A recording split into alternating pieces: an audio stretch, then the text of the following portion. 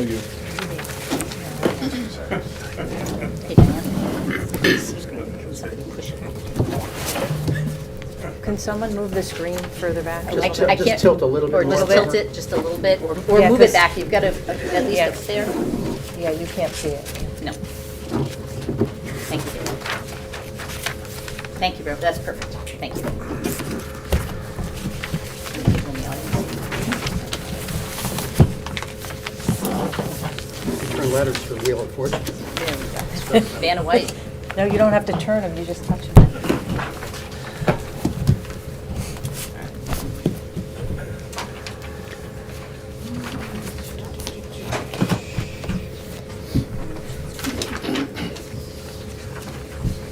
Yep, you can go. Thank you.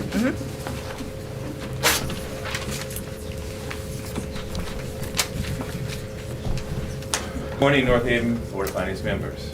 Today, we will be presenting the Board of Education budget for the 26-27 school year.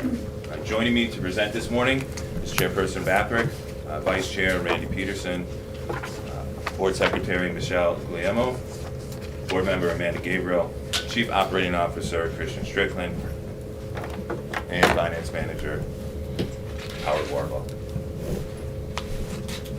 Provided through this budget are resources to provide instruction to 3,070 students, give or take, mental health, nutrition, and medical care to allow students to access instruction, specialized services required for all students to achieve their potential, diverse opportunities for students to engage in activities outside of their curricular pursuits, and safe and reliable transportation to and from school.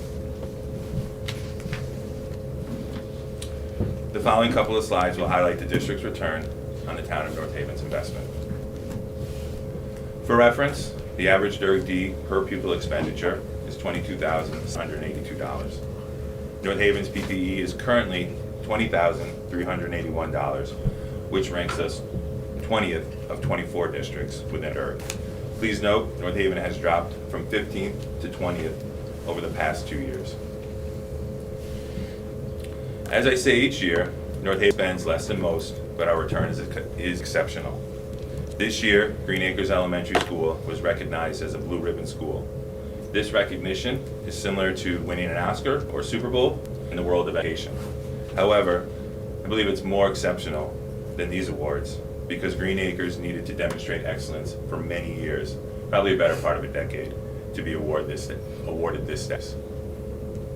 So just to give a little bit of a background about this award, this used to be a national award, but in August of 2025, it was discontinued as a national recognition. However, Connecticut decided to continue, and Green Acres was one of 4 schools in the state of Connecticut that was recognized as a Blue Ribbon School.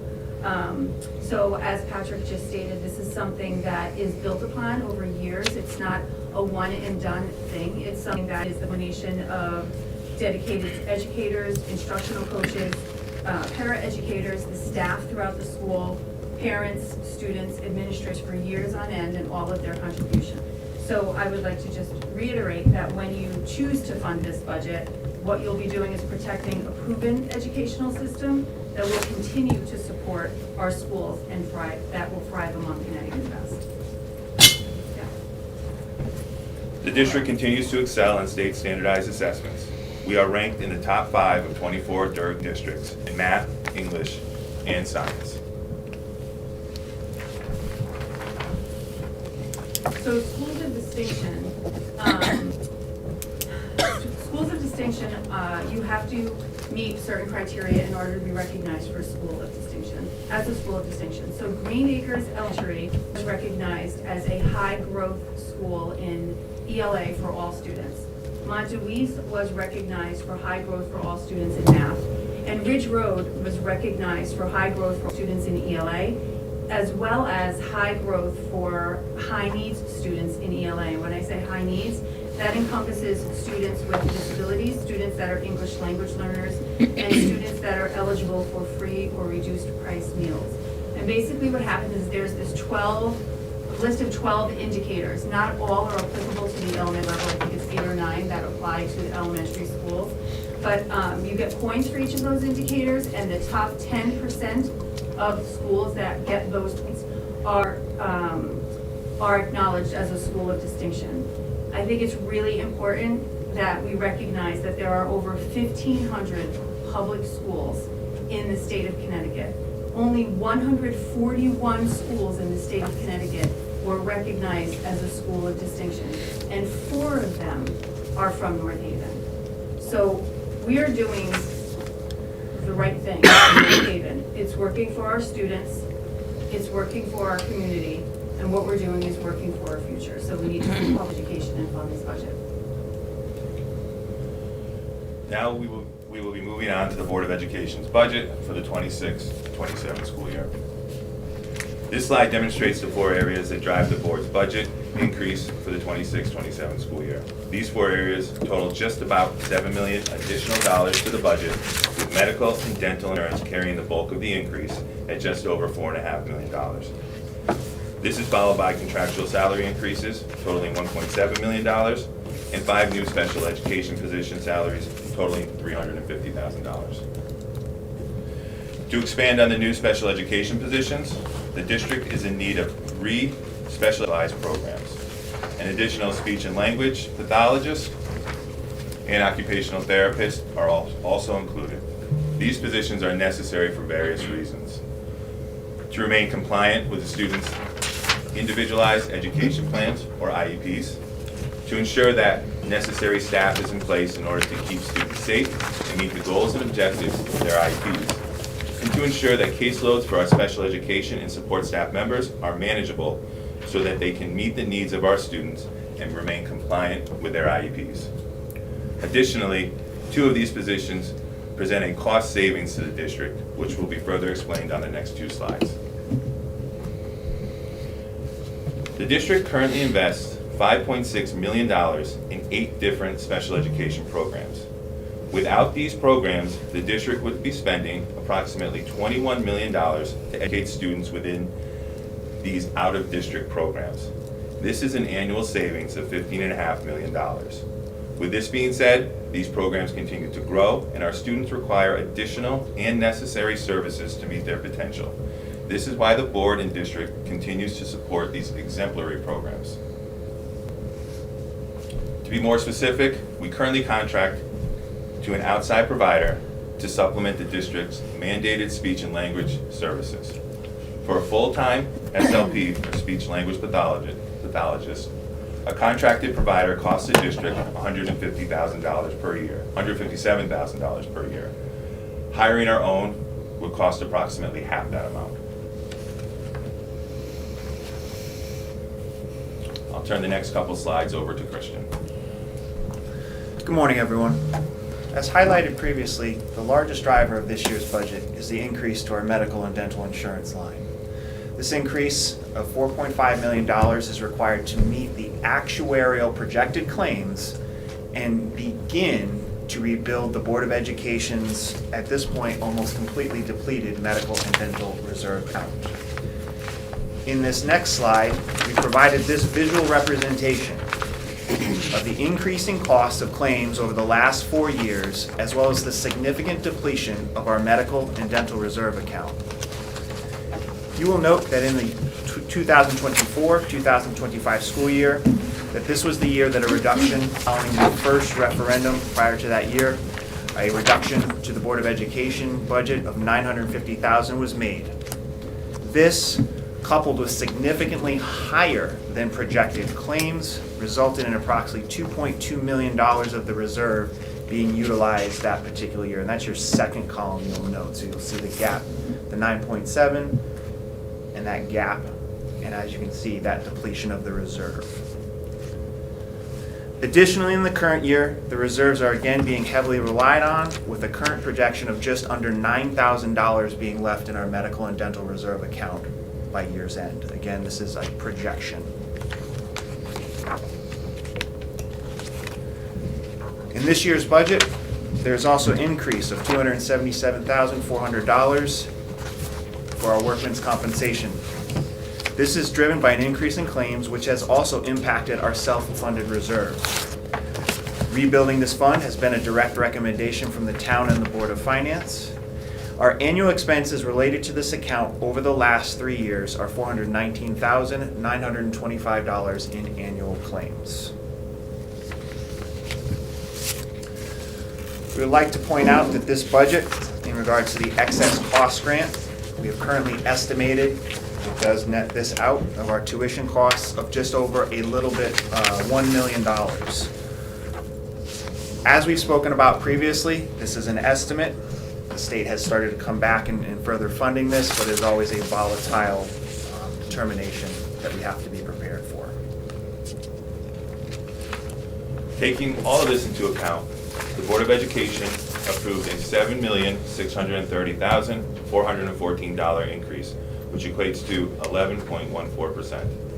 The next two slides will demonstrate a breakdown of this increase, and you will see the far majority of it resides in medical and dental insurance and contractual salary increases. In both of these slides, which are also included in the budget book that was provided to the Board of Finance, is a waterfall of the costs that show exactly how the 11.14% is distributed across our major drivers. Both this slide, which actually shows the dollar amount, and the following slide, which shows the percentage amount. And as again, once again, you can see the single largest impacting factor is the increase in necessary medical and dental insurance as projected by Brown & Brown. If you were to actually remove this, hypothetically, as well as contractually obligated salaries, the total increase is 1.47% if you were to remove those two drivers, or roughly $774,523. Finally, we turn to our capital projects. It is important to note that the following items are not funded within the Board of Education's operating budget, but are critical infrastructure needs. The time I'll hold by not going through one by one, but I will state that our high priority capital needs total in just over $1 million. This includes major maintenance, like the high school HVAC chiller replacement at $43,000, or the gym replacement floor estimated at $650,000, as well as essential security modifications and technology infrastructure across all schools. These investments are vital to keeping our buildings safe and functional for our students. Concludes our presentation this morning. Thank you for your time.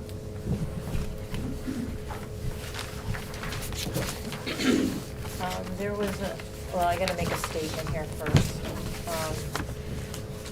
This is a really challenging year for many reasons, but one of the reasons is we as a Board of Finance has not seen financials from the Board of Ed in a very long time. So we're kind of flying in the dark as to what's going on and how your actuals are. So I'm just wondering why we haven't received our monthly financials. And my other question is your board seeing the financials? Because we're kind of in the dark right now as to what your position is. So last financial report you would have received would have been from our December Board of Education meeting. That's the last formal meeting that we've held. The Board of Education, we have not had a formal meeting in January to No. approve finances. No. Yeah. We would have gotten that at our January meeting, Right, and excuse me, we so- didn't get that. So sorry, we haven't the- received anything since the end of November. Correct.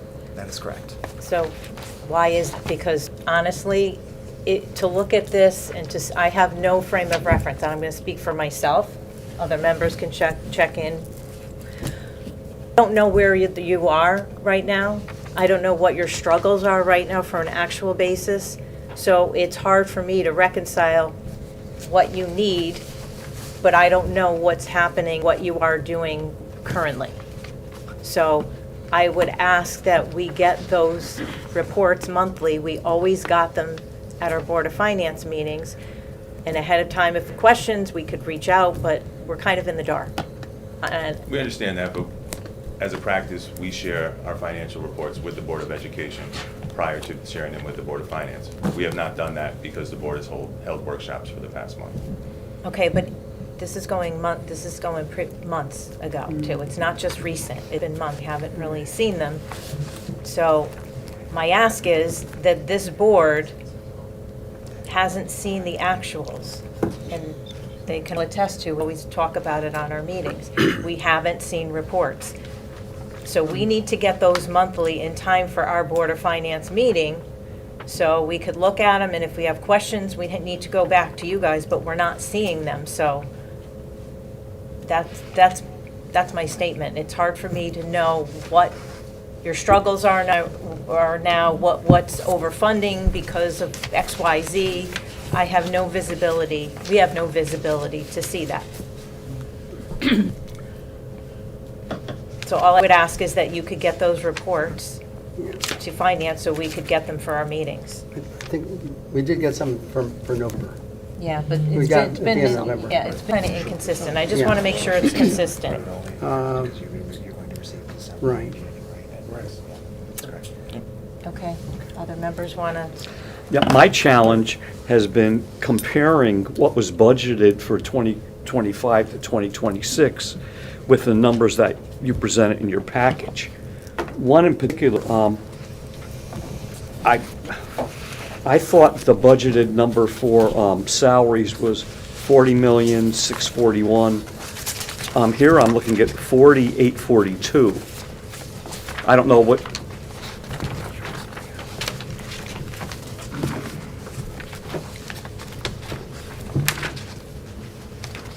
You know, granted, it's only a couple $100,000 difference, but that's what I'm trying to compare apples to apples. Are you, just a clarifying question, sir. Yeah. Are you looking at both salaries and non-salary payroll as a combination? Just salaries. Okay, so we would also Yeah, get. so we the would- non-salary payroll number I had was 1,117,000 opposed to 901. Unless I don't have a good budget numbers. You're likely looking at revised versus original? I thought I was looking at the approved. So what happens is there's always an approved budget that gets approved, and then historically, what's been provided to both the Board of Ed and Board of Finance is a revised budget, because budget transfers occur, which are approved by the Board of Education every other month. Okay. And so what happens is what's been historically provided is the revised budget when we do our budget for the new year.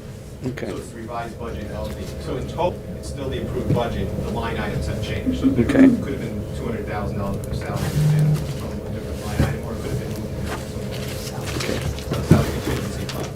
Do we receive, Rich, do we receive that? Do we ever get those numbers? So the monthly financials, I'm sorry, John. Oh, the month- yeah, monthly. the financial- Financials have the revised budget in it. Okay. I think what Bob is looking at, if I'm looking at the same thing right now, the numbers you use for comparison between the 2 years, you've adjusted to whatever shifts you may have made during the process. So it doesn't give them something that's compare apples to apples. They're looking at By apples and line item. oranges. By line item. So they need to kind of, But historically, that's what's been provided. No, what we have in the past years, we have original budget compared to original proposed budget. yeah. That's what has been actually Okay. We proposed, can yes. change that. So, yeah, if there's a way of, Even last year. it looks like one of the things that was, maybe, it looks like their contingency 179, maybe you spread it out someplace else. Spread out through the salaries. So if you can, that way it gives them the comparison they can make, so looking at apples and apples, I think that's what Bob's getting at. If it's an easy fix, It's just running a different report. Okay. Okay. all right? Yep.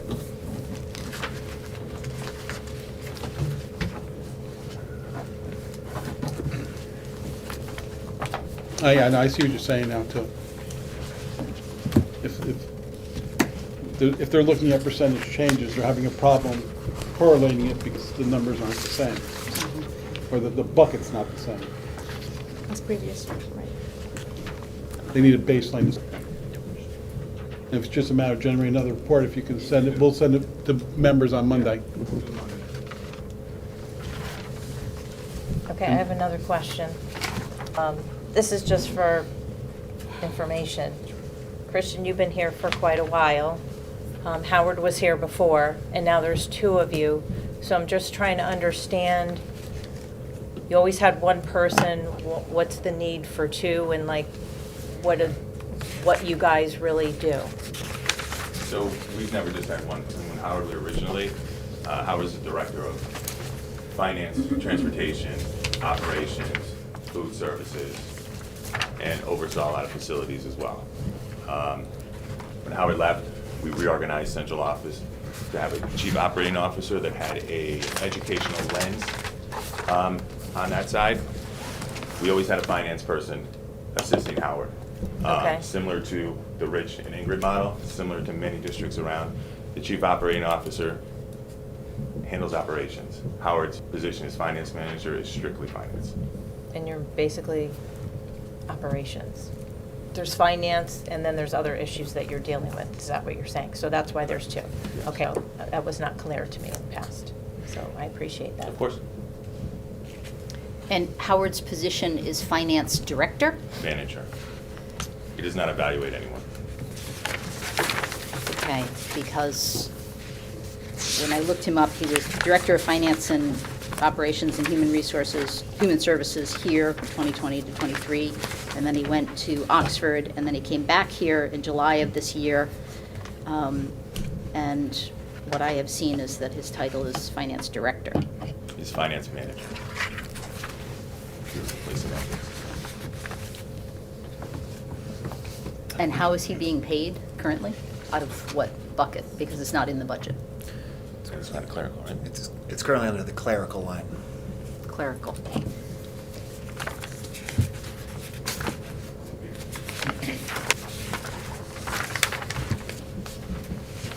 We want to get into, I don't know if anybody has any questions, but there was an email talking about Brown. Do you want to ask her a question? Yes.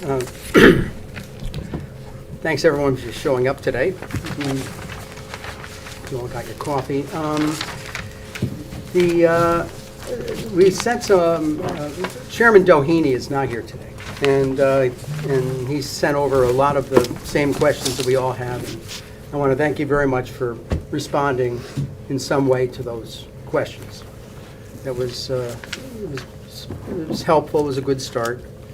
But before we get into the medical, could I just ask the overall question here of, that I don't think was answered, I don't know if he answered it in any of the emails, is that you had 4 different scenarios in terms of budgets with different levels of increase.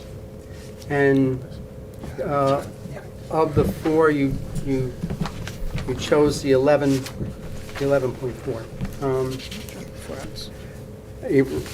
Yeah, okay. 5.99, 6.71, 9.77, and 11.14.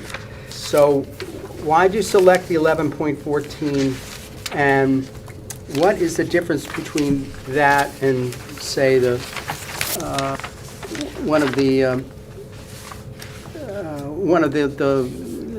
other midpoints, say the 6.71? Was there a 6.71 that you thought somehow, in some situation, you could tolerate? I'd like to put this one, and we have the red, if possible. Yeah. The purpose of the Board of Education is to oversee the public school system and determine what needs are necessary to run it effectively. We were presented with options ranging from, the mid 5% to the mid 11% range. We spent several nights discussing these options. Part of the mid 5%, 6% range included us not honoring contractual obligations to our teachers, which was an absolute non-starter for the Board of Education. Some of the other options included not requesting the additional positions that you see in your budget, which we determined were a need and not a want for our special education. So when all comes down to it, we considered all of the options and decided that the purpose of the Board of Education is to request what is needed to run a school district. And in our estimation, the 11.14% is needed to run the school district. Okay. So, again, just going to the, I mean, you considered the 4 scenarios, so I don't know why you considered things that were unrealistic or whatever. But, Because we were gonna get questions. So this, I mean, this is not our first rodeo. We've done this dance for several years, Mr. Hallahan. And I'd also just like to bring up really quickly, one other thing that did definitely color the decision was an analysis that my son performed. My 7th grader performed a 10-year inflationary analysis and looked at real dollar spending. So inflationary analysis based on the consumer price index tells us how much buying power we have as a Board of Education. If you look over the past 10 years, the North Haven Board of Education, fewer real dollars than we did 10 years ago. We have $972,000 less according to the Consumer Price Index.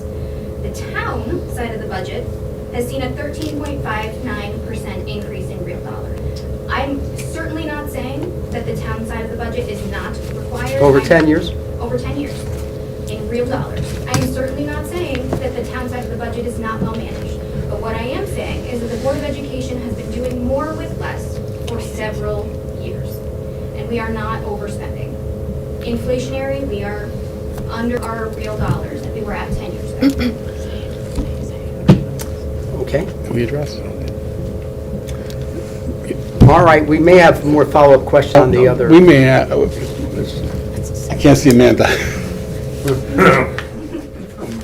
I mean, Ingrid can chime in as well, but I mean, dollar for dollar, year for year, the Board of Ed spends more dollars than the town does.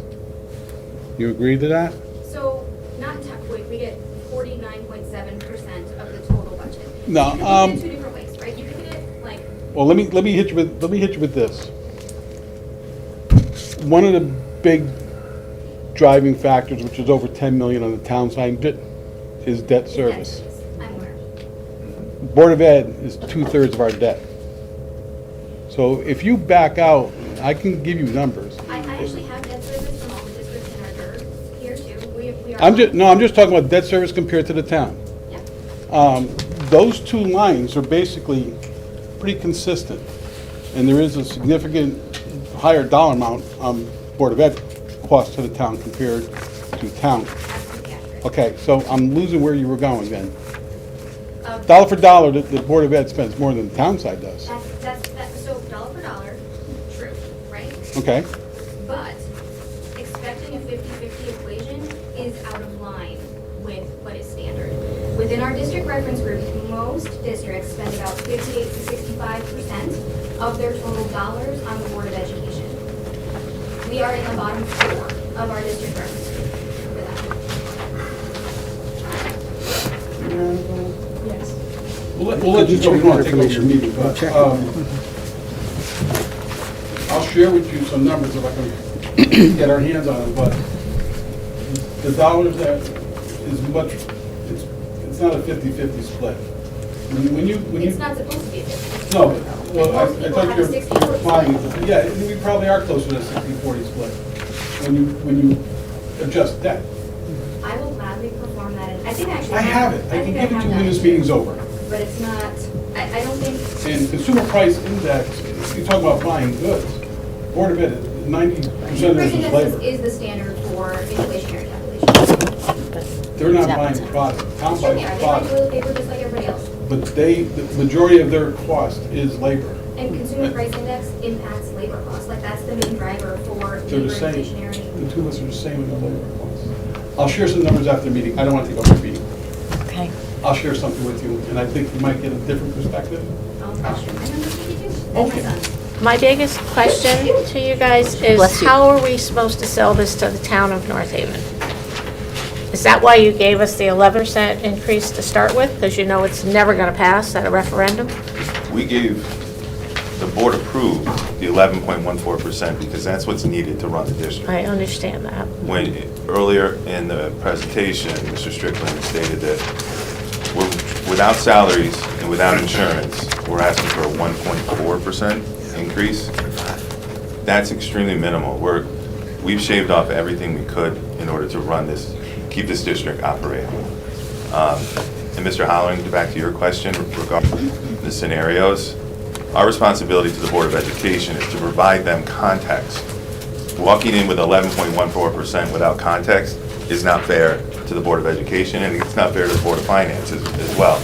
So to show the different options of what could possibly be cut, whether it's a salary freeze or, you know, reducing our staff, that's important to show the Board of Education, it's important to show all of you that we have no other options to go with here. So that's why the board approved the 11.14% in order to maintain what we have. This is not a want budget, this is solely a need budget.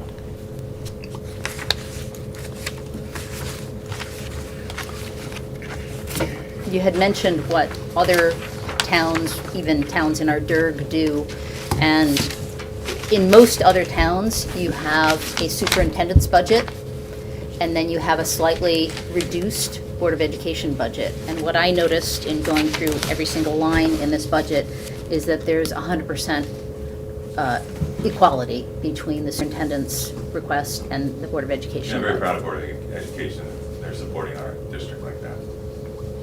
So there were no discussions among the Board of Ed in which there were anyone There that were said, in-depth discussions with the Board of Education. in We which they actually- disagreed with you. On some things, sure. Okay. That- The board asked us after the first meeting to go back and sit with every department and every school principal to see what could be done. And we sat for hours with each of them combined. And maybe 1/4% we were able to shave off, maybe. And that's leaving instructional supplies as is in every building. That's not realistic. The cost of goods are rising. We cannot run a school district solely on instructional supplies that we paid for last year, the same cost. We're automatically getting less. So, yeah, we went in depth with the Board of Education, so I'm sorry if that was not clear. So Patrick, or let me say to the audience here that, Patrick, myself, Christian, Ron Bathrick, Rich Monaco, we have a lot of meetings and a lot of discussions. It's really a collaborative relationship. But recently I spoke with Patrick and Ron and Rich and Christian. The union leadership has come here requesting a meeting.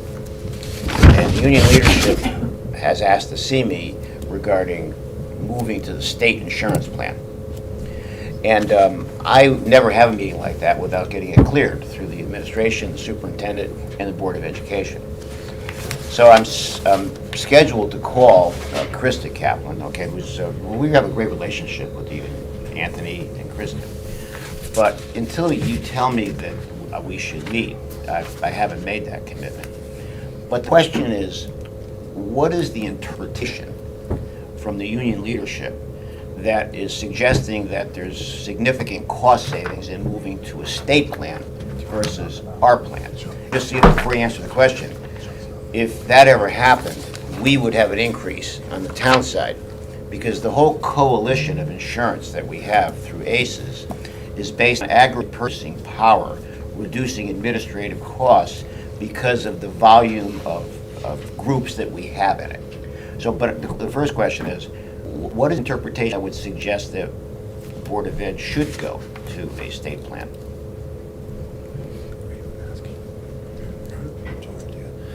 So we've actually been in active dialogue looking at the proposal in conversations with Mr. Monaco for what actual cost savings. It was proposed to us as well, Mr. Frieda.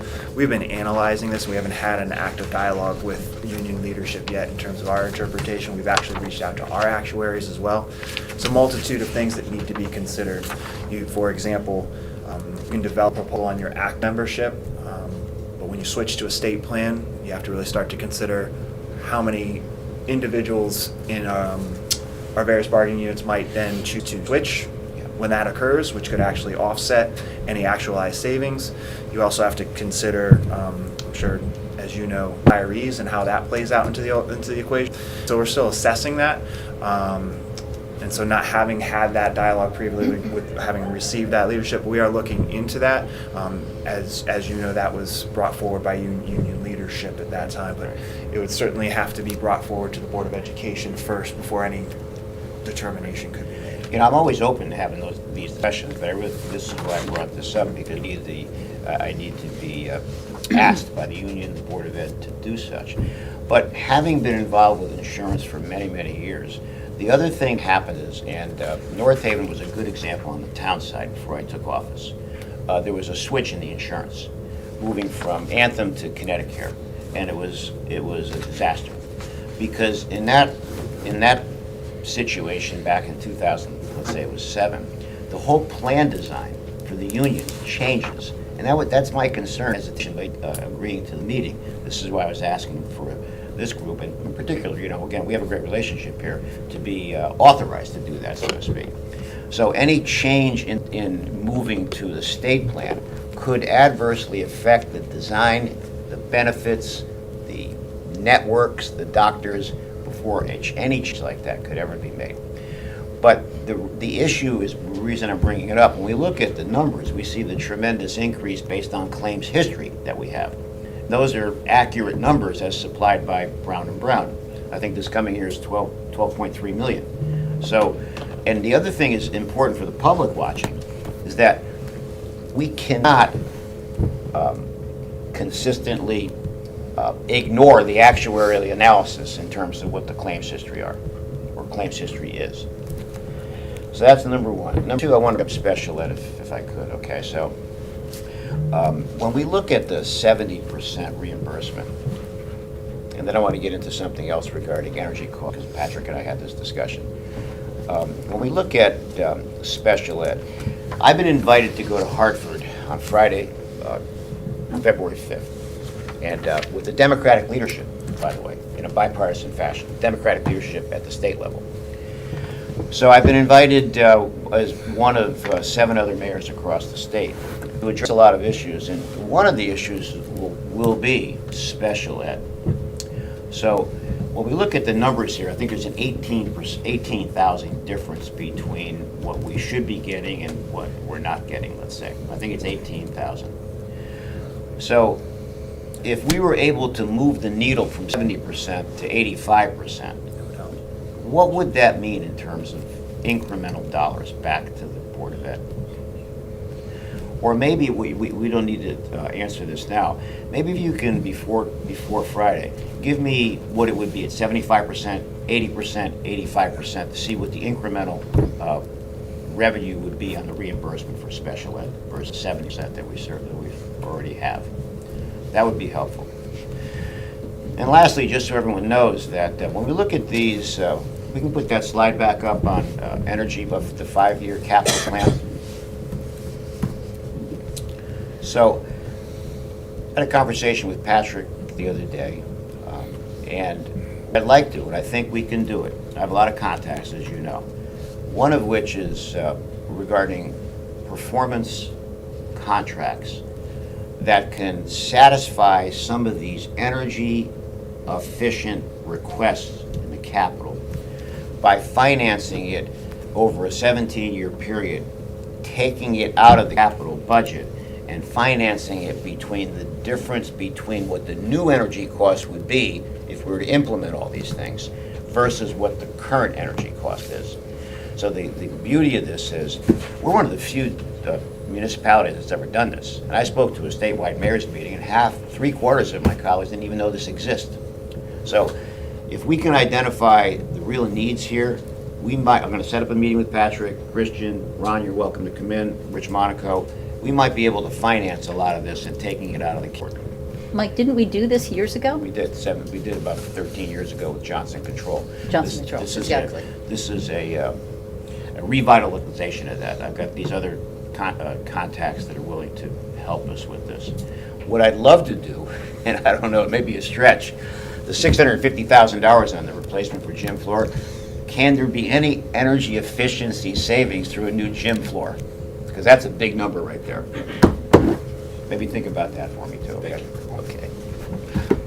I do think it's important to recognize, though, that with that support, which would be wonderful, these numbers are not a part of the budget that you're looking at. No, I know that. I know that. So even by doing all of those additional fundings that you're talking about, which again would be great, it doesn't help that bottom line that we're presenting today.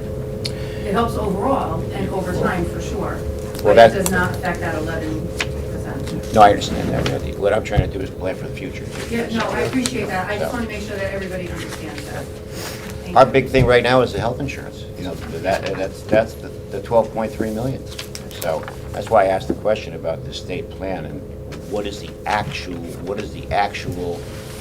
number that would be associated with the state plan that the union leadership thinks it may be versus what we're faced with here at 12.3 million. Thank you for the push for the support in special education. Yeah. Those prices are extremely high as well. We want to do what's best for the kids. So do we want to go and talk about the Brown and Brown situation, the email? Okay. Yeah. Mr. Yep. Yeah. Mr. Hollinger, take it away. Yeah, it is unfortunate, the hole that we find ourselves in here with the insurance program. You know, we always want it to be funded adequately so that we don't fall behind. That's the whole purpose of reserves too, is also to cover us in certain situations.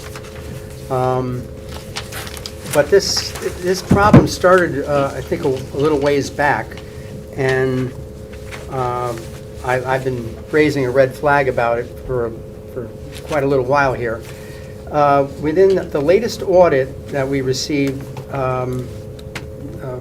from our friends there at Clifton, Lawson, and Allen, in the last fiscal year, the last full fiscal year, it's 24-25, it states in their report that for the Education, Dental, and Medical Fund, expenses exceeded revenues by $2,819,088. Do you believe that's an accurate figure?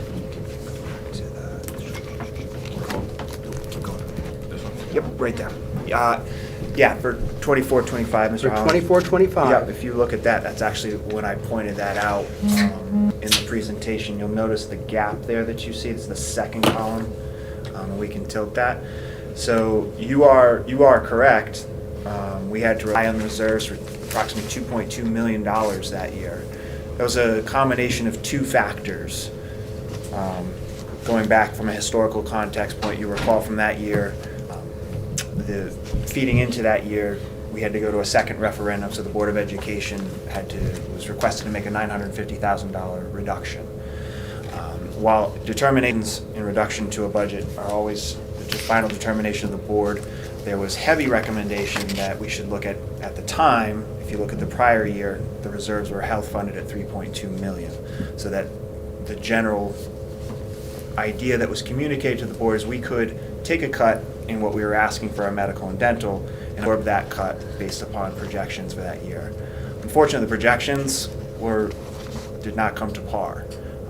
We saw a substantial increase in medical and dental claims that year, coupled with the fact that $950,000 was effectively coming out of the reserve as well. So the difference you see there and why the reserves were so significantly depleted was a combination of those two factors.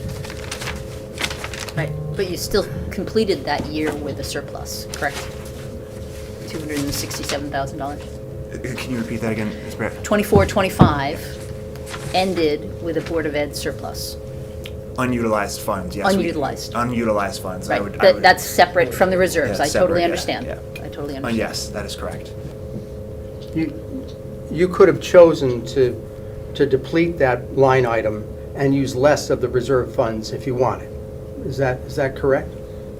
When you ended up that fiscal year with something in the bank account, something on that line item, $260,000 or whatever, because of the expenses associated with that line, you actually could have expended that entire line rather than using reserves to satisfy whatever bills, whatever cost remain in 24-25.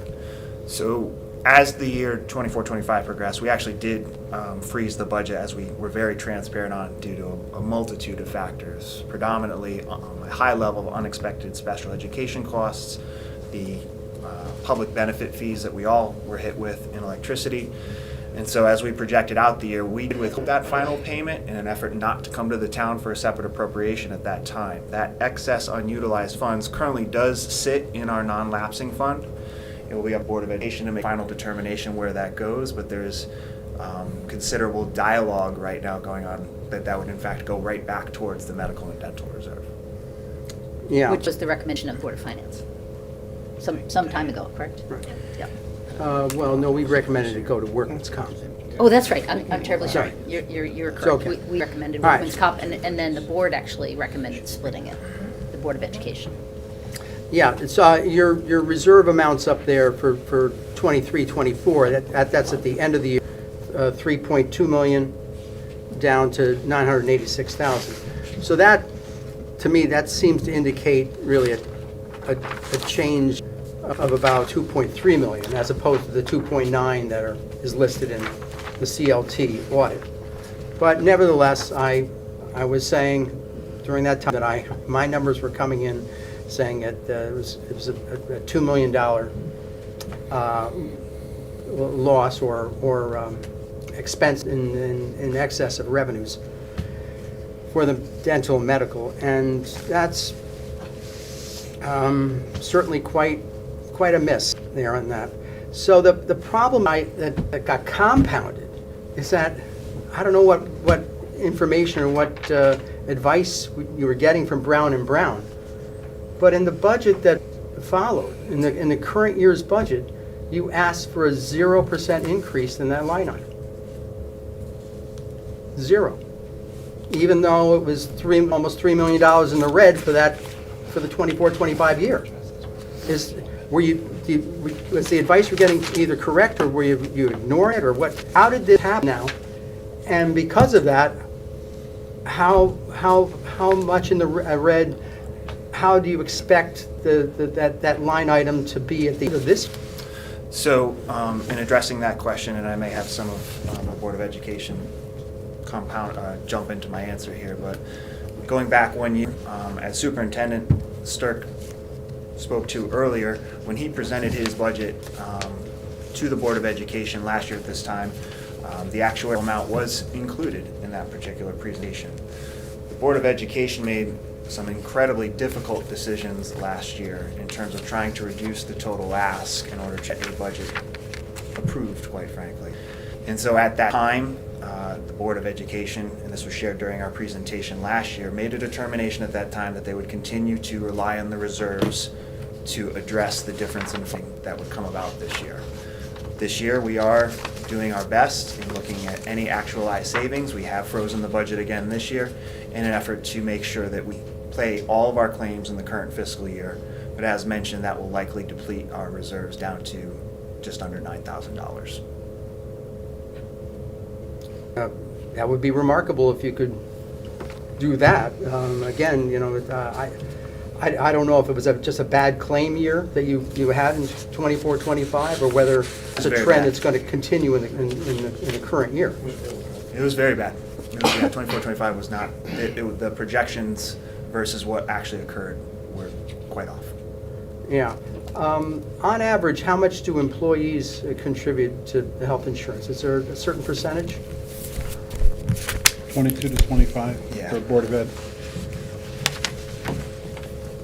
20? Between 22 and 25%. I shouldn't jump in, I'm sorry. Of the total cost?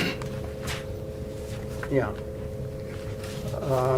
And that gets taken out of each paycheck that they receive, right? So is that why there's no, you've given us charts before, or numbers before that show no employee contributions during the summer. So so there's no, if they get paid for 10 months or whatever, there's no money coming in July and August. Is that right? Benefits are taken out of 20 of their pays, so if an employee elects to utilize payments over 26, those payments, particular summer pays, as you alluded to, deductions are not taken out of them for those benefits.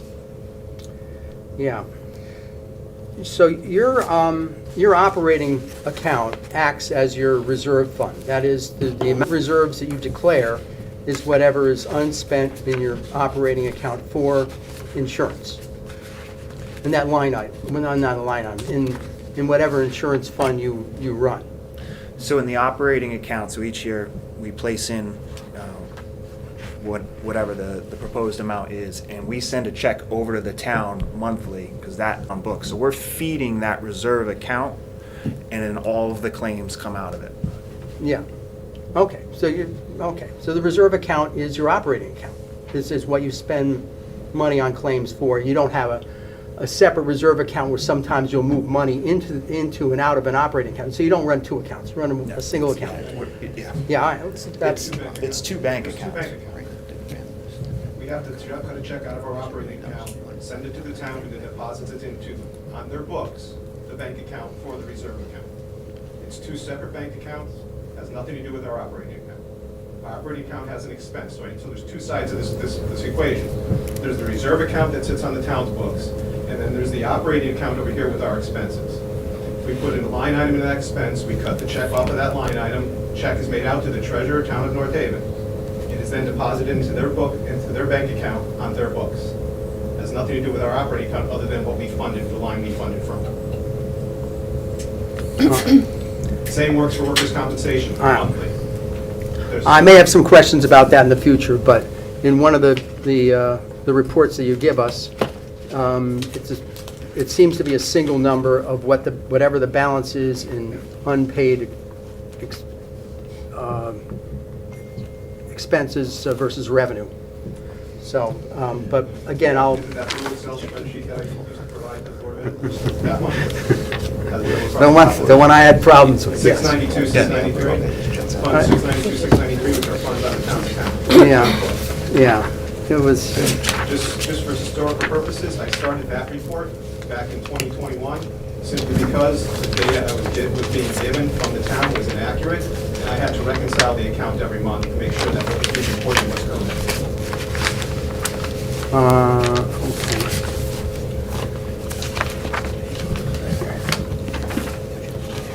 All right. Just a note on some of the charts that you sent us in response to Mr. Dohany's questions here. You sent us this budget or budget projection or something? It just to clarify, I think that for the one that says budget fiscal year 26-27, I think the top section was not fully labeled, that the top section had to do with the current fiscal year, 25-26? You were accurate. We clarified that in our responses yesterday Right. and sent the backup document. Yeah. Okay. And the same thing, of course, went with the page that, for the previous year, or the current fiscal year, 25-26, that the top section had to do with 24-25. It's the same Yeah. chart, the same information, but for a different fiscal. Correct. Okay. And by the way, the workman's comp page, the workman's comp numbers that you gave us, for some reason it's labeled at the top medical and dental, and it's labeled a second time, on another line, medical and dental.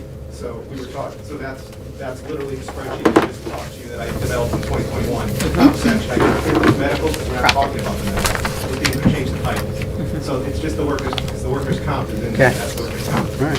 Reconciliation. Okay. All right. You know where the delete key is, right? You can make those changes. We do. Thank you. Yeah, so for the one that says 26-27, the numbers at the bottom, now, that has to do, the whole lower section is just, is it actual expenses? Because it says projected through 10/31/25. Is this whole lower section just what historically has occurred in the last 12 months?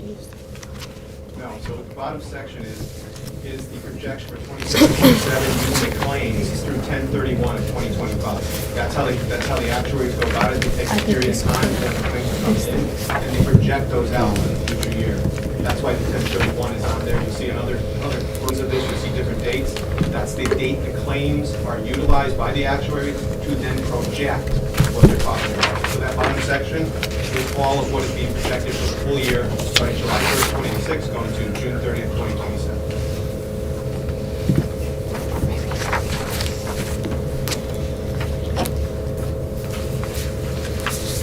Okay, information from Brown and Brown. Yeah, now, you have a finance committee that you report to, right? Yeah. And we have been asking for some more specific figures on what the monthly changes are to your reserve account or your operating account or whatever it is, based on contributions, based on claims paid and everything else. So we're trying really to get it, because when an account continuously runs millions of dollars or a high percentage in the red, and we get the monthly reports and we're supposed to look at them and we actually comment on them. What does your finance committee say when this medical and dental is running in such a negative fashion? I'm chair of our finance committee.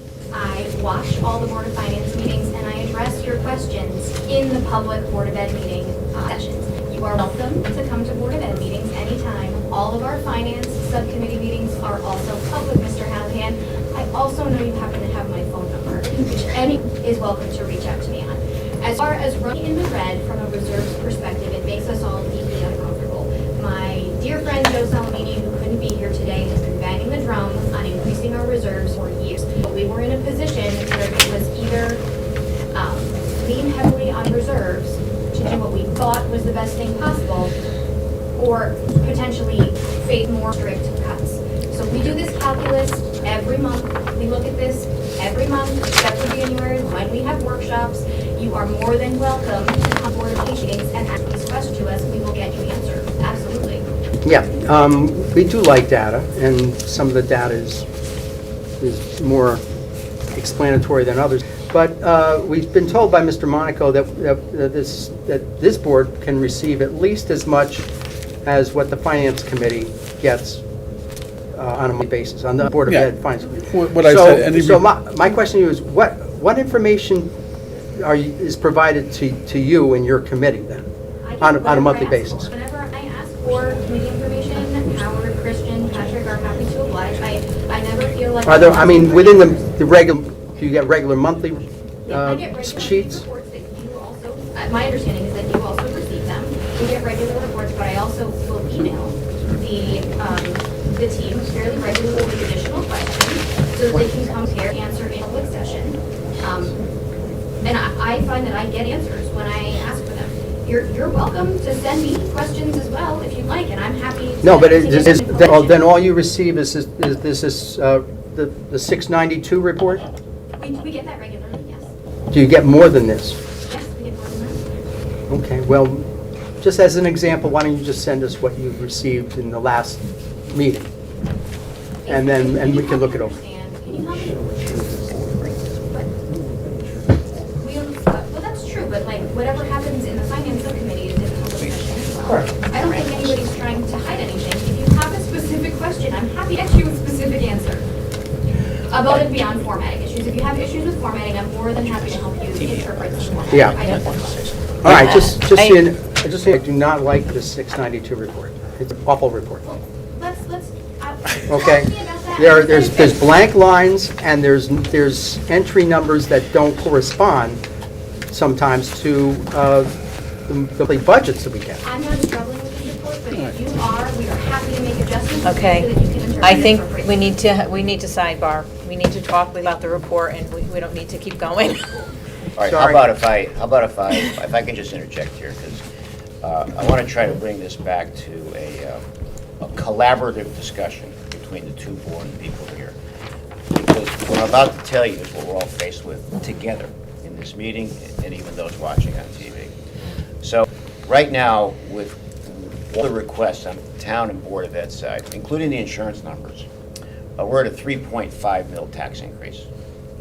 Now, I'm going to tell you something that I don't think anyone knows, and that's this. Rich and I just talked about this late yesterday.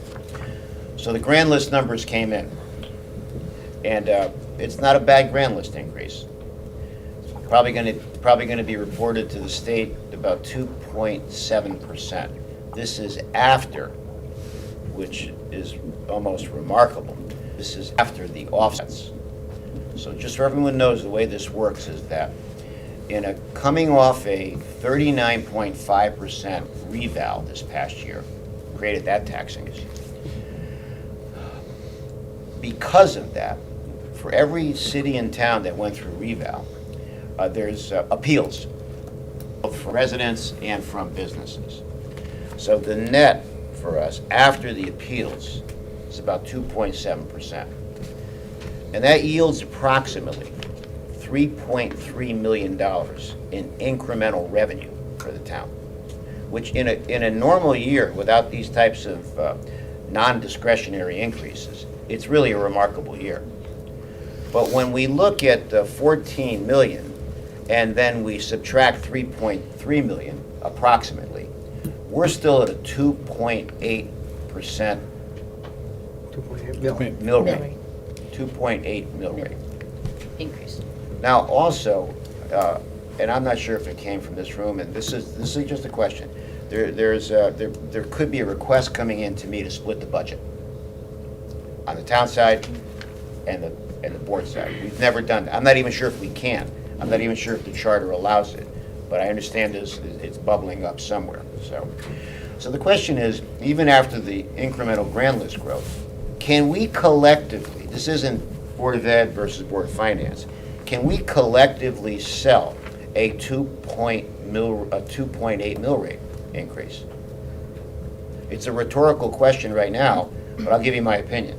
After the last couple of years, I don't think we can sell it. So what do? Even if the town stripped $3 million worth of capital out, we're still over a 2 mil increase. And by stripping the 2 million or $3 million roughly worth of capital, then those are sanitation trucks, there's fire trucks that we have to pay for.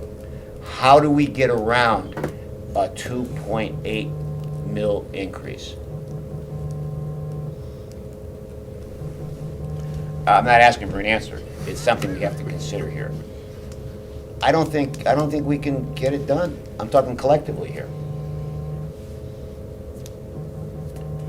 So we talk about this is why I'm trying to bring it back as a whole here, okay? Rather than go back and forth on this, because we're all here in this room faced with this issue that I just presented.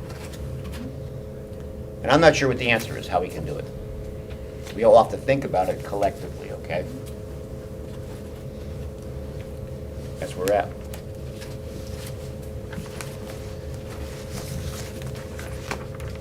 Any other comments from the members? Yeah, I have some sort of specific questions because, again, as was mentioned before, what each of us was faced with doing was looking at the 2027 request, comparing that not just budget, but also with the actuals from 24-25, and then also comparing where we are to date for that given line item in the current fiscal year, which is 25-26. So we're at a little bit of a disadvantage because we're almost in February and the numbers that we have are through the end of November. But I would like to ask just the very first line item, which is salary contingency. So last year, we were told this was in the budget at $275,000. And I noticed that it actually went to zero, or was revised. The budget was revised for that line item back to zero, I think in November. And now you're requesting an additional $176,000 for salary contingency. I just wondered if you could provide some context for this. Sure. This year's salary contingency line request actually increases, we're actually about to enter into negotiations with our custodial contract. So their wages pending the bargaining will increase. So we have an increase in there, as well as anticipated minimum wage increase, which will come 1 year from now for all of our part-time employees. This is also where the just over $12,000 for the coaching stipends is also housed. Got it. And again, this line item was just created last year for the first time. So where did you pay for all of these things that you just mentioned previously? Can you repeat the question? I'm sorry. So this line item, salary contingency, didn't exist before the current fiscal year's budget. So I think I remember that this was created in order to accommodate the registered behavioral technicians that were being retrained this year, and that was a big part of it. We were also at that time, again, in contract negotiations, so placing, we don't know exactly, you know, we're going to come to the bargaining table with anticipated increases, so that's where we place those. Right. Last year, we were still at that time, nurses contract, the RBT growth that we had also placed in there. I can go back and look because I don't have that book in front of me, but there are some other smaller pieces in there as well. But it is primarily designed to house the minimum wage increase that will trip January 1 next year, as well as the result of contract negotiations, which have not begun yet, with bargaining groups that are scheduled to begin. Right, so I guess my question is, prior to this year's budget, how did you account for those things that you've just described? Because on the town side of the budget, we just make a forecast for increases in salary. If we're renegotiating contracts, we have a personnel and policy department or line item that accounts for back pay for contractual increases. So I guess I'm still trying to understand exactly what was done prior to the creation of this line item. I'm gonna give it a shot. Sure. So salary contingency was just an effort to be more accurate in our budgeting. Prior to that, we wouldn't necessarily account for that, the increases like we do now. Occasionally, we pull from, you know, we'd hire teachers or employees at a lower rate from teachers that have retired and see some savings there, and that would go, and it wouldn't be as accurate. Now we have this contingency, which we can put in our negotiations or stipends or whatever to be more direct and accurate for us in our planning and for you to see where those increases might be. We weren't as accurate as prior years. Right, because all we see, we don't see where it goes, we just see that is zero. So we don't see that it's gone from this line item to Yeah, it's spread in different, yeah. where it goes. Sort of to the point that I was saying before, I don't really get a sense for that. And then, speaking of the registered behavioral technicians, I guess this is line item 112 S's and Sam. It looks like there's about a 410% increase from the current fiscal year to the 27 budget.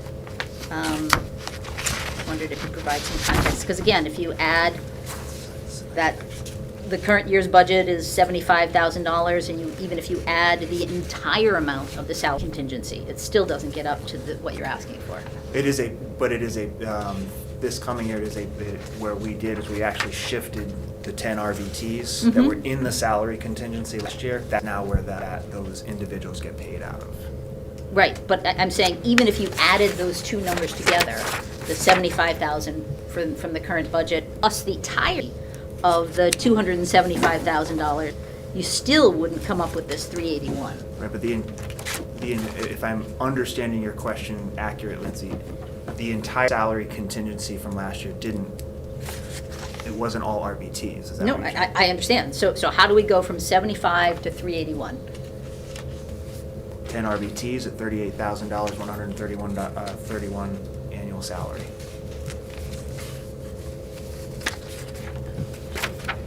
So 10 times 31 is, 131.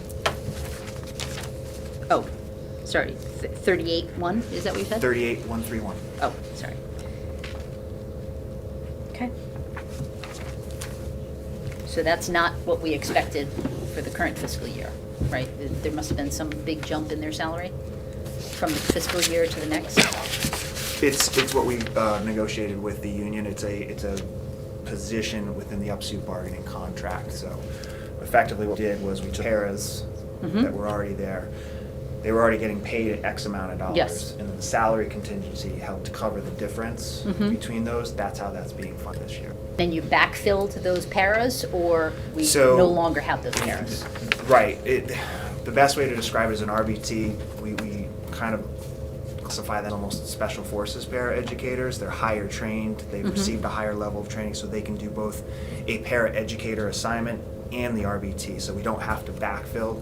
They've now expanded their skill set and can be assigned to students where the RBT services are identified within their IEP. Right, so then the total salary is reduced then by they were originally paid as paras, correct?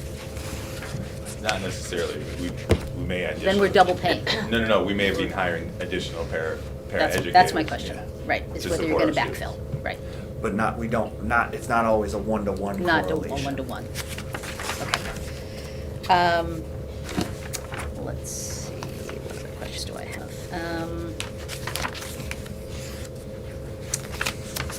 Let's see, on pages, I know that Chairman Donnie asked quite a bit about the transportation fees, but of course, they're broken out into individual line items. So I guess on page 3 of budget, it's line items 510 G as in golf and 510 H as in hotel. It looks like these are some really substantial jumps in transportation for VOAG school and transportation for ECA Magnet of like 165% and 450%. There's some big uptick in participation that you're expecting in both VOAG and ECA participation? Yeah. It's a bad budget last year. This is a reallocation, the proper allocation of the budget. So if you're looking year over year, Yep. right, the allocation last year is incorrect. In total, it's correct for the schools, but it was allocating correctly by line. So you're going to get a false increase this year when you're allocating correctly. That was the 197 that he was talking about in that email? No. No? Well, no, this is, but, This is, so VOAG is budgeted this year at 85, and you're requesting 225. And in 24-25, you spent about 78,000 on it. correct, and you can see regular transportation went down by 4%. So again, you're taking it line by line, but the allocation year over year was incorrect last year. So VOAG could have varied in the regular transportation line where it should have been and it should have been fully in its own line. So when I went through and reallocated properly this year, you're going to get these incorrect percentage increases and decreases that don't truly reflect what the cost of transportation is. It hasn't gone up. There is actually an extra plus in VOAG this year, so there is an increased cost there, which also complicates the calculation. All right? So for that line item, the spending, at least through November, is about $13,000 for VOAG. Again, I don't have through up to date. And likewise for ECA Magnet, in 24-25, we spent a little bit under $5,000. The current year's budget is 15, and you're asking for a jump up to 85, which is a $450,000. And thus far, this year, we've spent about $6,800. So there doesn't seem to be a connection between what's happening either in the completed last year So if this to year- date this year. through November, 6,000, then yes, for the full year, it's going to be about 15. If you just do prorate, that's a proration. You said 6,800 through Yep. November. Yeah, and you're So asking you for go full year. 85. So you go through the year out, go through the full year, you're going to have about 15,000, which then oversides what we're budgeting for next year. So yes, it would be appropriate for this year's budget at 15. It would not be appropriate for next year's budget where you're asking for 85. Because additionally, there's more in there than, there's also, again, there's something that was in a different line, in a sped line or something else that was not in there last year, that it should be in there this year. I can get you the details. if you'd like. Okay. If that's a question you have, I would. That would be great. get you the Yeah. details of how the reallocation is. Maybe we can just maybe cut to the end for a second of it. It looks like the overall transportation is about 4.4%. Is that what your contract Yeah, is it's driven at pretty standard. 4.4? It's a So if pretty you look at it standard in totals, That's the total is like a 4.4% increase, and that's contract driven? Correct. So So what each one what of he's these saying is his is- allocation's all screwed up. So throw his allocation, look at it in totals, it's a 4 points change increase, and that includes contract-driven increase plus one additional bus. Correct. And we also bill for in-kind service on the finance department. No, thought it was funny. Which that is supported by our town budget. Which is supported by the town side budget. Right. Where's Amanda? Supported by the town side budget.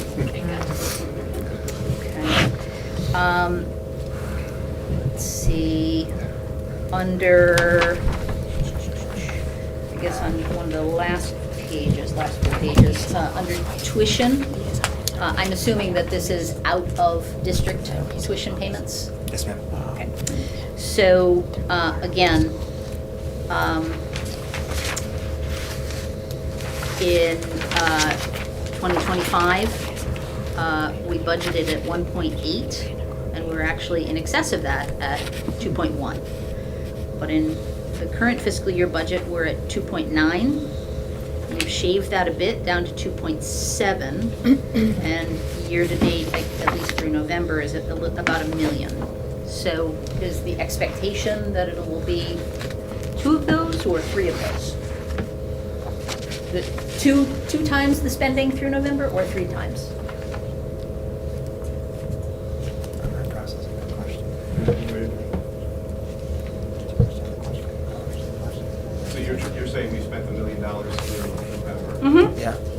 Right. Yeah. Yeah, I think, right now, I think it's gonna be it's gonna probably be right on target based on the projection we have, but it's a volatile item. Tuition is a very volatile item. It's one of the most volatile items in this budget. So it's, so we project as best we can. We think that's what it's gonna be. And are the tuition payments made, Monthly. monthly, quarterly? Monthly. Yeah, so it's that, when the actuals every month, and then you'll see which month will go there. Yeah, and again, I never know whether that's a function of billing It's or a function of billing. how we pay it. Yeah, it's a bunch Right. of- And then it looks like you've added a new line item, 739C, which is called leases. And this is different from rentals, correct? Rentals for 4,400, 440D, 430 rentals. So that's different from leases, so could you give some context for what leases? Sure. So, in our relatively small fleet, Mr. Phil Diana has made us aware that we have a 1999 Chevy Silverado, which is used for plowing, etc. The floorboards have rotted out, and it's pretty much on its last legs. And- Mike Matura might swap you a vehicle for that one. I was gonna say, so, Does. It has a stop sign welded in for the floor, so that's where you stop your feet. It's on its Another last in-kind legs. service, that sounds like, thank you. So if Rich is willing to offer an in-kind vehicle. so we're leasing a plow, is that what that is? We're not leasing anything yet, it's a proposal to try and. Proposal, Yeah, right, right. proposal to replace that vehicle for Second our automatic. grounds and consider that vehicle, quite frankly. Right. Because the Board of Ed pays for, We would have to first approve the Plowing. Board of Ed and then come to you on a lease. Well, yeah, we plow. we plow all of your own parking lots, got it. Okay. And then, one last question in terms of the line items. The second to last line item, 8,100, organizational dues. Again, this has been bumped up from 127 to 134,000. In 24-25, we spent about 80,000 on this, and year-to-date, we've spent about 55 on this. Is that something that is front-end loaded? Is this going to be the organizational due for the year? Is this something that is spread out over the course of the fiscal year? Spread out over the course of the fiscal year. Okay, because usually organizational due, I think of as being something you pay at the very beginning. So your expectation is Some are. there'll be more? Yes. Okay. I have a couple of questions. Sure. There's 2 new assistant coaches for fencing and track. Are those new programs now, or Just additional support. it's just, so there are other So how many coaches in total? Is it just the two, or is it more than that? For those respective programs? Yeah. Yeah, So- because it just said 2 assistants, so my question is, did fencing and track always have programs, and now we have people managing those programs, or I'm just trying to understand. So yes, we have had the indoor track program, the fencing program do currently exist, have previously existed. These would be assistant coaches to help out with. Oh, so there's regular coaches and existing? That's what I'm trying to figure out. So Because there's this head- says assistant. Yeah, there's Yeah. a coach in place for each of those. So there's one, okay, all right. And then I noticed software, and that's for all your programs, like we just talked to the IT guy earlier. I'm assuming that's just an increase of what you already have because of licenses, correct? That's Okay. correct. All right. Anybody Yeah. else have anything else? Yep. No. Yeah, one of the points that you made in your budgetary considerations was the whole idea about institutional supply lines that were reduced this year by 17.2%. But again, in 24-25, you only spent about 63% of what was allocated. So is the expectation that there's going to be an increased need for instructional supplies? So what you're actually referencing, the 63%, Nancy? Remember, we froze our operational budget as of January 1 last year. So that effectively, there are very few accounts that are discretionary at that point. So at that point, teachers really started, really of January 1, starting to say, if you can do without it, you have to start doing without it now. And so why those lines were not fully expended last year as a result of that budget freeze. And then, was it unfrozen once you got to the last 2 months of the year? Because we don't really have any of those finance records for It was May. never unfrozen. It was never unfrozen. Okay. Question, what are your projected legal fees for the suit against New Haven? We do not have that available right now. We're at the beginning stages of, we couldn't even assess that right now. So if you could negotiate a settlement, that would cut down costs. Yeah, if I can jump in on this, so the mayor of New Haven called me, and we're trying to, and I've already talked to Patrick and the Board of Ed on this, so there's a willingness on our part to meet with their Board of Ed, and so I'm trying to orchestrate that. Mayor of New Haven, who's on board with me on that, I think he's talking to their Board of Ed, and it's unfortunate, because our Board of Ed has done everything they can on this, sending messages, trying to reach out, unanswered calls, unanswered emails, so the two mayors are involved, and we're trying to reconcile this to see if we can bring this board, you, with their board. So just bear me on that one, okay? I just wanted to also say that budgets are always really hard for everybody, so I appreciate the work that you guys have put in and what all the members of your board have done. And I wanted to congratulate you on the Blue Ribbon School for Green Acres, but I also wanted to congratulate you on the youth governor that we got from that school. That was pretty cool. We're proud of her. That was really good. Ingrid's daughter was there. She's in that class. Mike has questions. He's waiting patiently. Yeah, just to button up on some overall items here. In terms of the enrollment, the projections are, well, the median project shows about a 50 student increase per year into the future. So that's about a 1.5% increase in enrollment per year. Okay. Yeah, because you gave us 3 projections, low, medium, and high. That's the median. Okay, and then now with the numbers of personnel you have, you did say that all the numbers will remain the same except the teacher, with the proposal here for employees and the teacher line.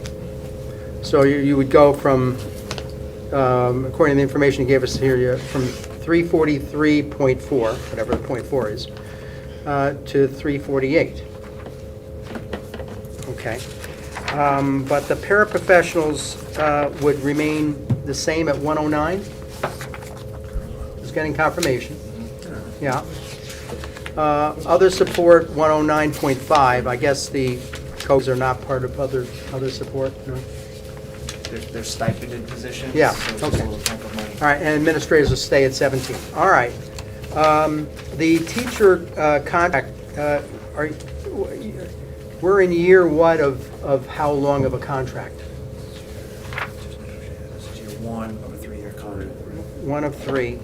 And does that contract include steps at all every year? That is correct. Steps every year? That is correct.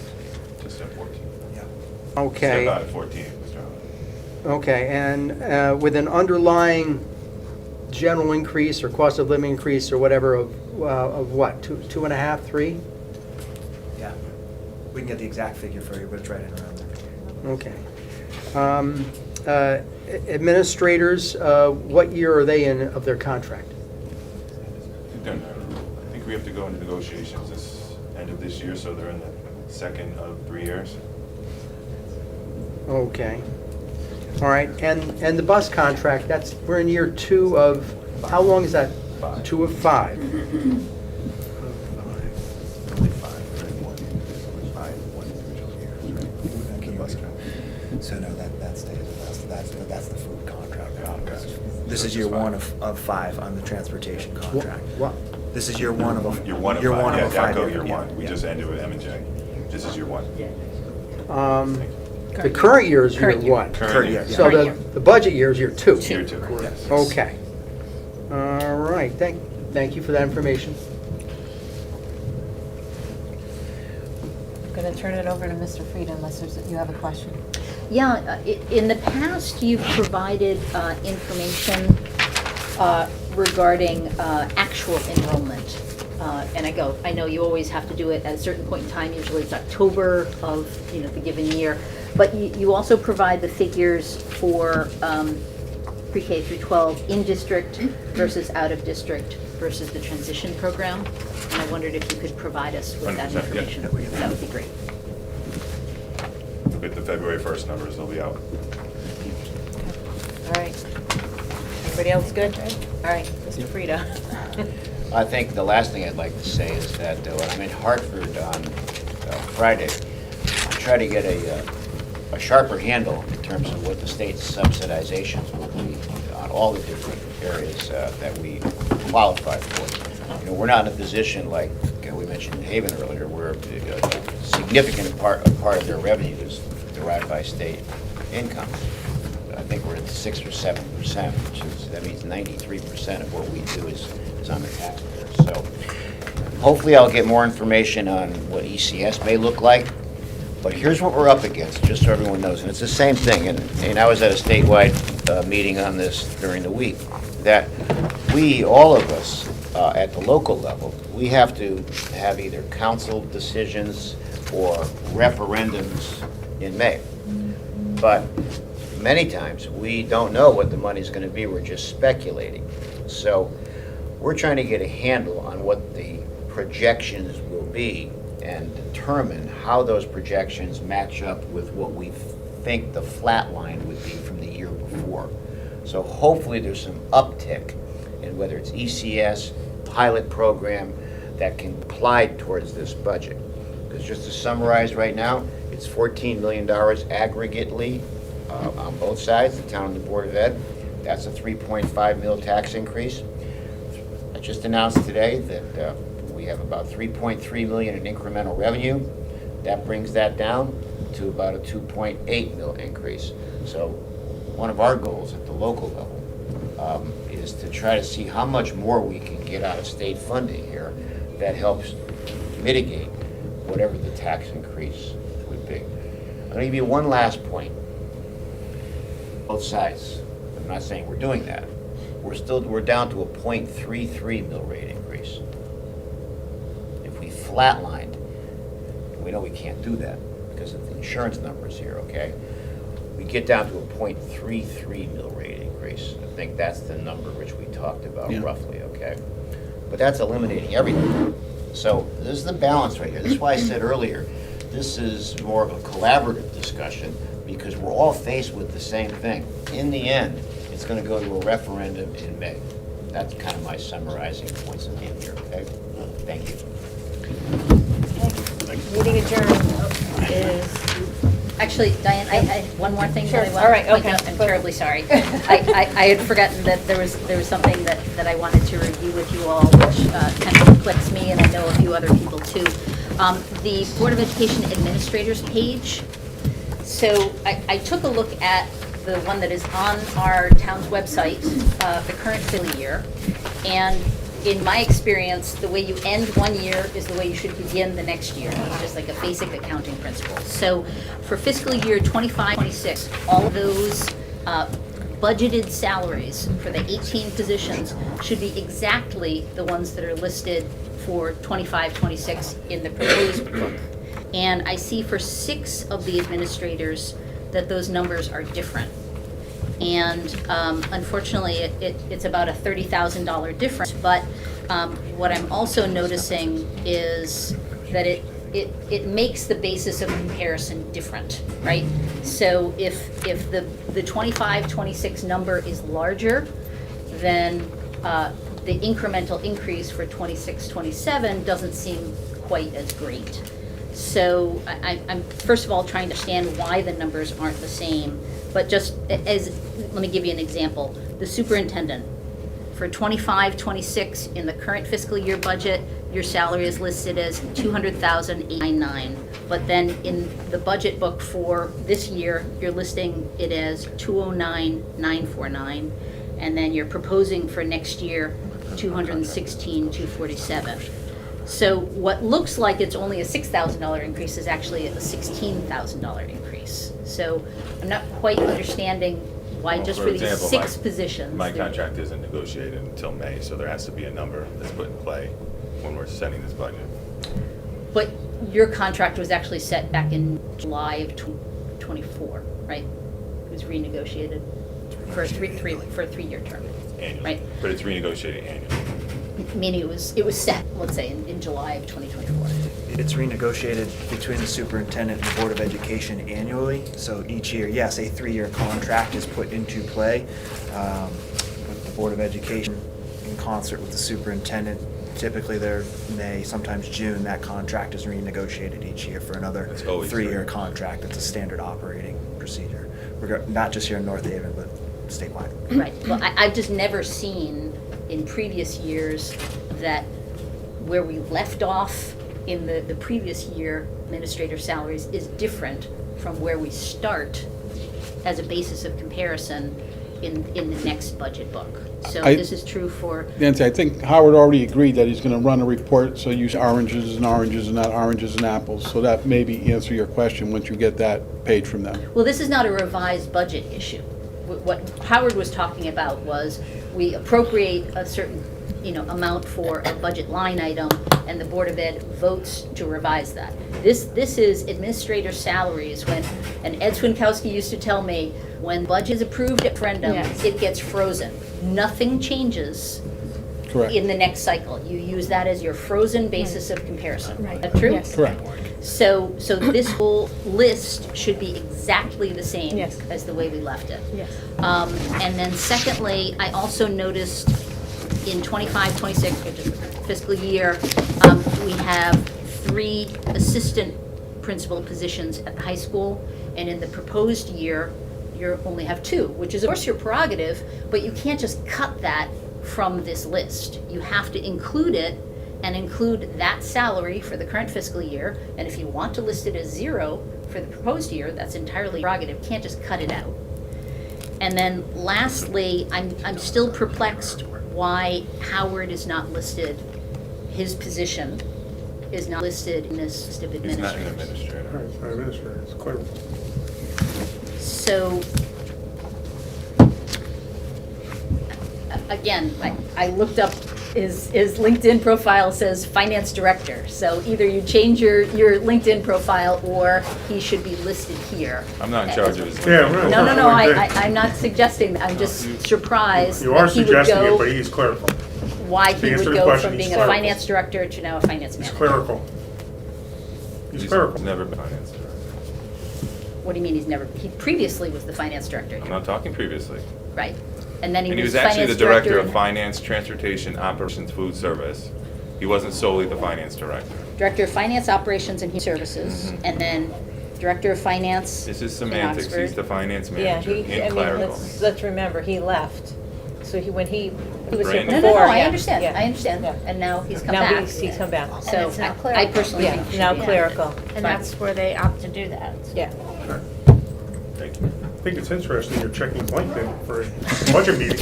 Well, But I that's was- up to you. I was trying That's to up to you. determine what his title is, That's up because to you. we never received any We're not in charge of his notification. LinkedIn. We received no We're not in notification. charge of his LinkedIn. I All right, understand that. Good. I'm gonna close the meeting.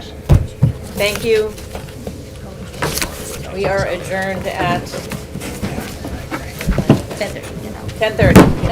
Thanks to all. Thank you. Thank you. Rick? Hi. The preceding program is brought to you in part through a grant from the town of North Haven.